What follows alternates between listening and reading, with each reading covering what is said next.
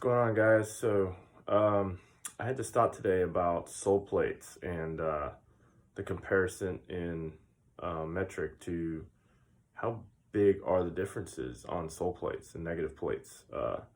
Since I have a good collection of skates here, I figured we're gonna kind of measure them out and put it on a board and kind of see, hey, what are the differences? Are there big differences? Are there not? I don't think there are, but let's find out.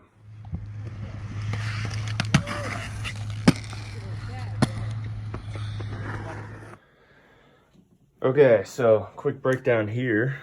We are going to be taking my tape measure right here, and I'm going to do metric.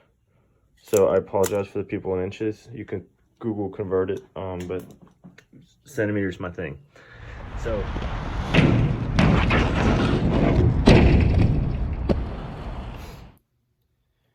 all right, so these shells that we're gonna measure are all 8-9 shells, with the exception of the Aeon and the Razor's Cult. So the USD Aeon, Razor's Cult are 10 shells. The rest of them are the 8-9s, I believe. So if you're, in that size range, then this kind of applies to you.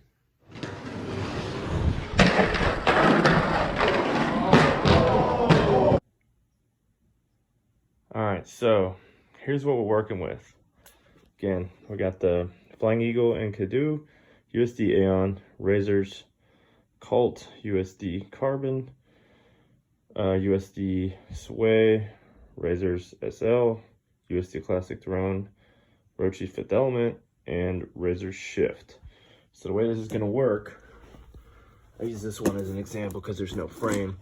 I'm going to measure the front and then the back of the sole plate. The reason being is skates have an angle. Plus, if you measure it from the middle, you got the backside plate. Now, from the negative, I am probably going to measure also the front and back. Yep, so we're gonna do front, back, front, back. And then I'm going to compile that on this chart.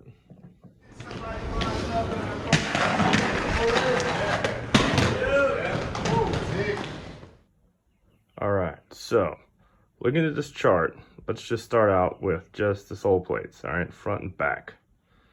If you look, the Razor's Shift and the USD Classic Throne are the largest. The Classic Throne is out of commission, but it was just interesting because a lot of guys are still skating older skates, and I happen to have a pair. So again, this is what I have here in stock. So USD Classic Throne is pretty much the largest if you count just the front.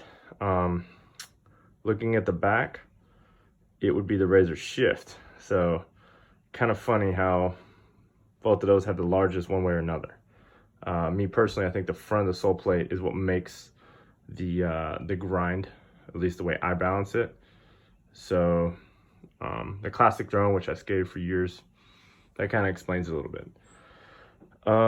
Looking at the smallest, it's actually the Razor's Cult, which is not too much of a surprise. I did think that the carbons were going to be the largest, but they're not. So yeah, the USD Classic Throne beat that pretty bad, but it looks like if you average it out, you'd probably get about 4.1 for most of these models. So that must be what they're shooting for. Next up, let's look at the negative. Back up here a little bit. All right, so the negative, the largest, is the USD Aeon. So if you got a buddy skating an Aeon or a Carbon, they're tied, by the way. Have them switch the skate and see how good their negative is, because that negative plate is noticeably different from most skates. It looks like Flying Eagle's the worst with 2.8 and 2.5. There's really not much on there. And let's see, Razor's SL is pretty far up there on the front. The back is very difficult, and that's what makes it harder. In the negative, you actually want more of an even plate because the balance is different, at least for me. But But yeah, so USD Aeon and the USD Carbon have the largest negative. Now, of course, everybody's probably thinking, well, what about USD Shadow? You might as well throw this board out the window because the USD Shadow is probably going to win.